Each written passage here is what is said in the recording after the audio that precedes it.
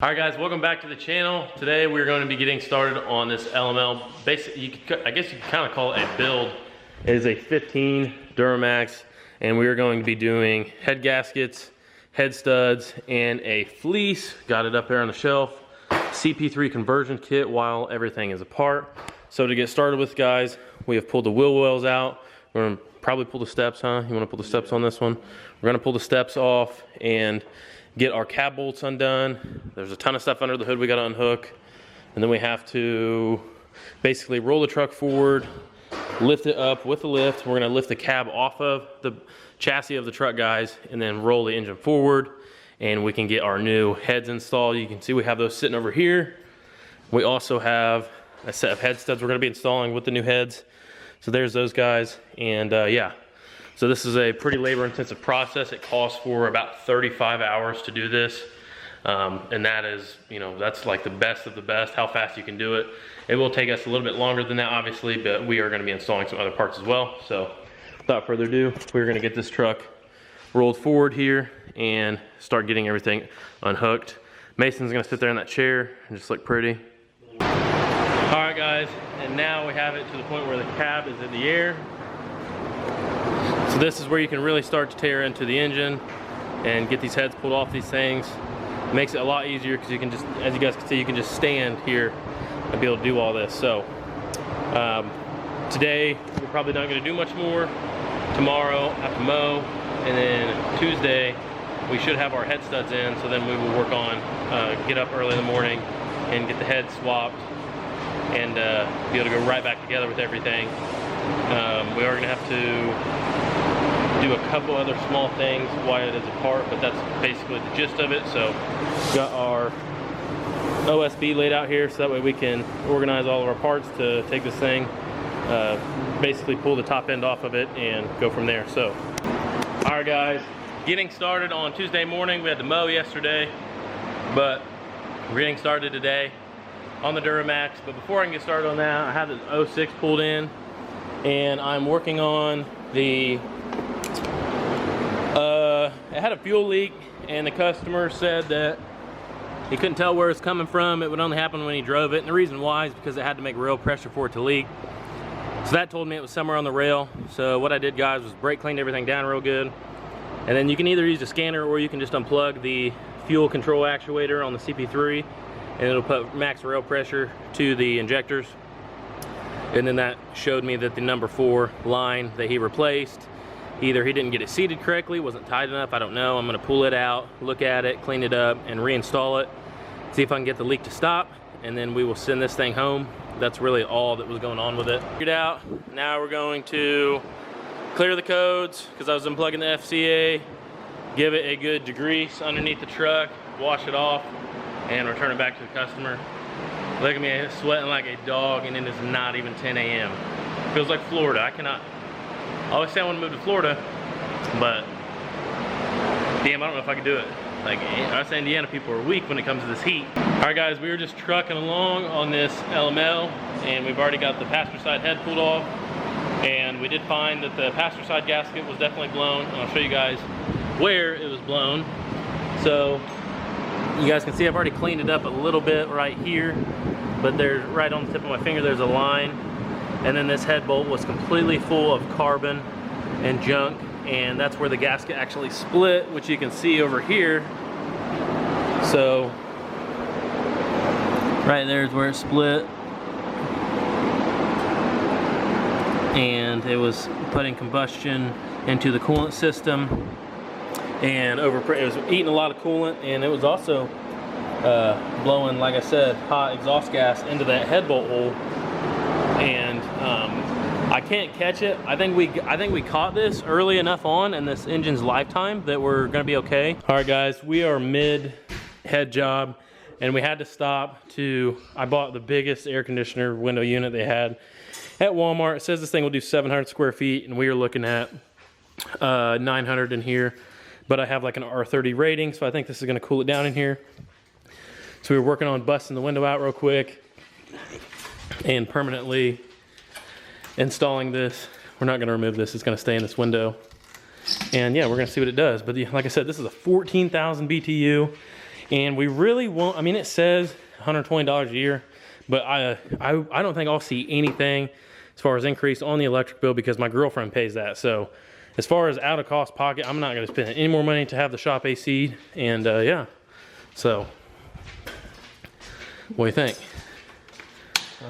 Just trying to get that. We couldn't really find a good way to remove the frame itself without taking the metal apart. So we just knocked that part of the window out and we're just gonna cut it. And the main reason why we're doing this is not only to keep it cool, but this floor sweats so bad. It's so slick in here and it's miserable, honestly, whenever it's super humid out and hot in here. And it never really did this last year because I didn't have it insulated so well. The temperature is so much cooler in here that when the floor gets nice and cold at night and then in the morning it heats up, it makes the floor sweat. So that's where we're at, guys. You ever do something and then you're just like, how come I never thought of this before? Well, that's where I'm at with this air conditioning unit. We got it all installed. Let me tell you, it's not the nicest setup, but it's already starting to dry up the floor. It's sweating real bad. And that thing is a unit, that's a 14,000 BTU. That thing was $500.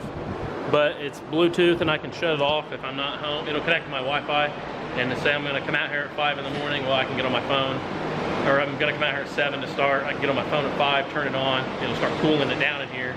So that way, because it gets cold in here at night, but then when the sun comes out in the morning, it gets hot in here. But it's already starting to cool down, guys. Let me tell you, it feels amazing to stand in front of that fan. But we're still waiting on the head studs. They're gonna show up at some point today. And Bailey's getting the intake plenums cleaned off. A lot of soot in these builds up. And then I'm getting this side of the deck prepped. All right, guys, to start with, we got the CP4 pulled off of the engine. We got the CP4 pulled off. Now we'll have to swap that gear onto the CP3 pump. All right, guys, we got the gear pulled off of the CP4 pump. So there you can see what the CP4 looks like. And then here is the CP3. A lot different looking unit, but I think we're gonna put the adapter on first. Get this cut out of here. All right, guys, now we're installing the adapter plate here. It's got bolts that go from the back side like that. Thread into that guy. All right, guys, we got the gear swapped on here. You have to torque this to 75 foot-pounds, which is extremely difficult to hold this gear. I was nervous about putting it in a vise or anything, even with doing like rags around it. It just freaked me out. So we were able to stick a couple screwdrivers in there, like 3 at one time, and hold it. And we were able to get this torqued to 75 foot-pounds. I'm sure there's a tool out there for this, but that's just what we had to do. And now we got the O-ring lubed up, and we're gonna stick it on the engine. All right, guys, we got the new fittings installed there. These are the ones you take out, and you install these ones. And now we're about to install the pump back onto the engine.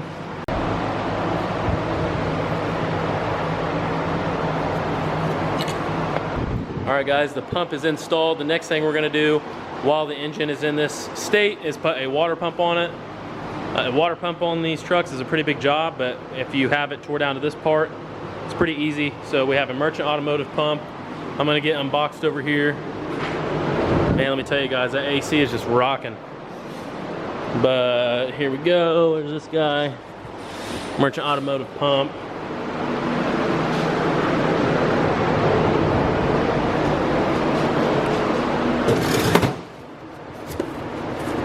Nothing really crazy, just a upgraded slightly water pump. I don't really know what they do to upgrade.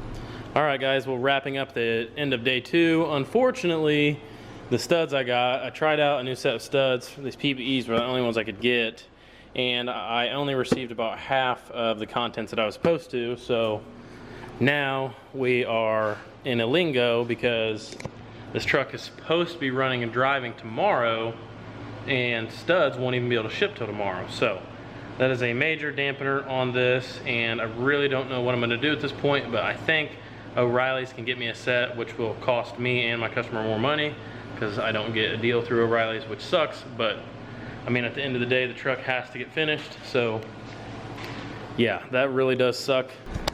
All right, guys, now Wednesday morning, and the heads still are not torqued on the truck, but we're about to do that.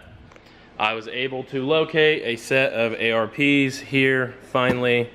So we got a set of studs and had to pay retail for them.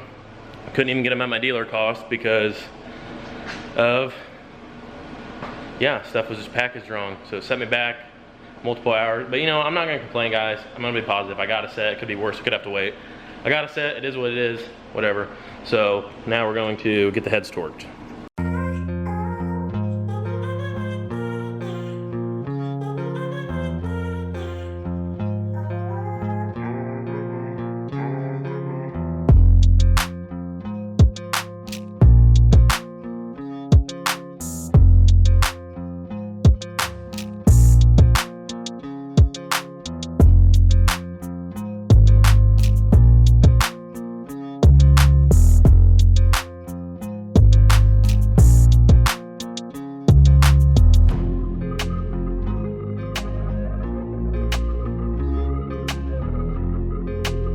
Alright guys, that's kind of a lengthy process to get all the studs ready to torque, but there you can see, you get them all lubed up, stud, put them in, tight, back them off about half a turn, and then lubricate the threads, the washers, and the nuts. And now we will go through and do the torquing procedure. To give you instructions here for what to torque these to.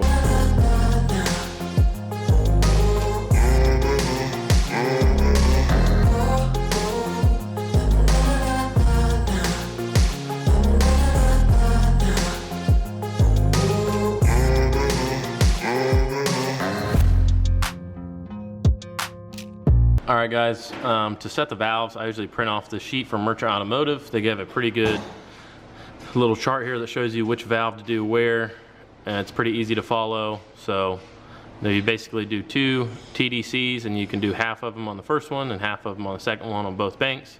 But this is the fastest way to do it. There's also another procedure you can do where I believe it's you do like the intakes when the exhaust is down on every cylinder. You can do them individually, but you have to turn the motor over a lot more. So this is just the way that we do it.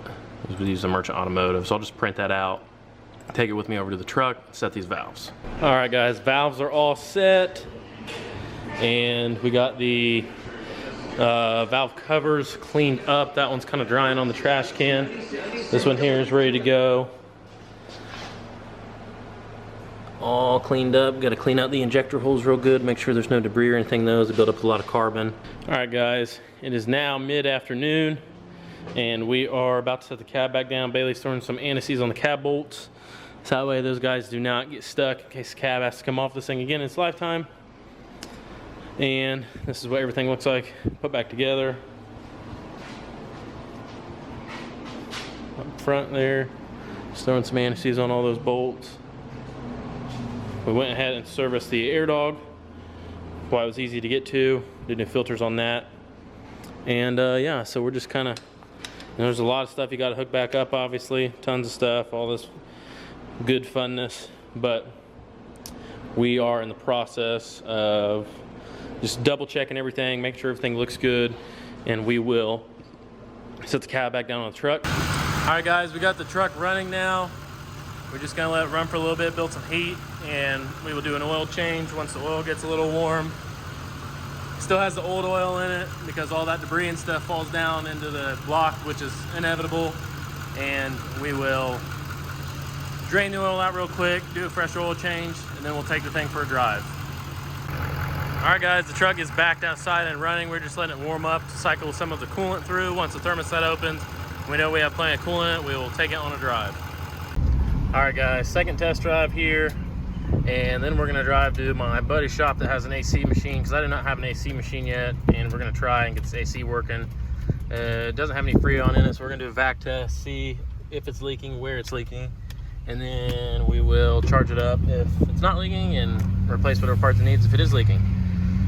So, yeah, we're just driving right now. Make sure we don't have any weird check engine lights pop up. Truck's got good power, everything like that. Everything's working pretty good. Just no AC, and it's 90 degrees. Absolutely insane weather for Indiana right now. I know you guys are probably tired of hearing me complain about the weather here, but it's never this hot here, okay? We weak winter people. We can do the cold real good, but the heat, we just ain't used to it like this. So, you hear that? That's the rocks sticking to the tires because of how hot it is. The road's melting. All right guys, that is going to wrap up the end of this video, doing the heads and the CP3 conversion on the LML Duramax. That was a lengthy process, but we started on Sunday.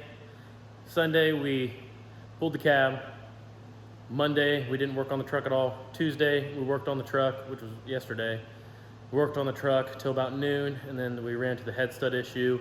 Got head studs this morning by 10 a.m. this morning, and the truck was running and driving by about 7:30 today. Today's Wednesday, truck's running driving about 7:30, and it would be going home, but we still have to fix the AC issue on the truck. It has a blown hose, so we'll have to get that replaced, but we won't have till next week. But without further ado, I'm gonna go ahead and close out this video.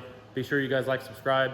Leave a comment down below. Let me know what you guys think. If you want to support the channel, support what we do, Patreon link is there. You guys can pick an amount to donate monthly, and I'll put all that money back into the channel. I want to get, guys, I'm itching.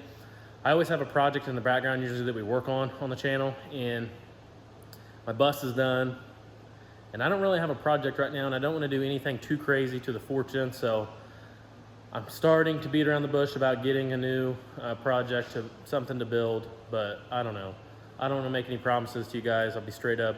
A lot of the content that you guys are going to see in the following months is probably going to be just customer stuff, doing diesel repair on customer vehicles. So without further ado, that's going to wrap it up. We'll see you guys on the next one.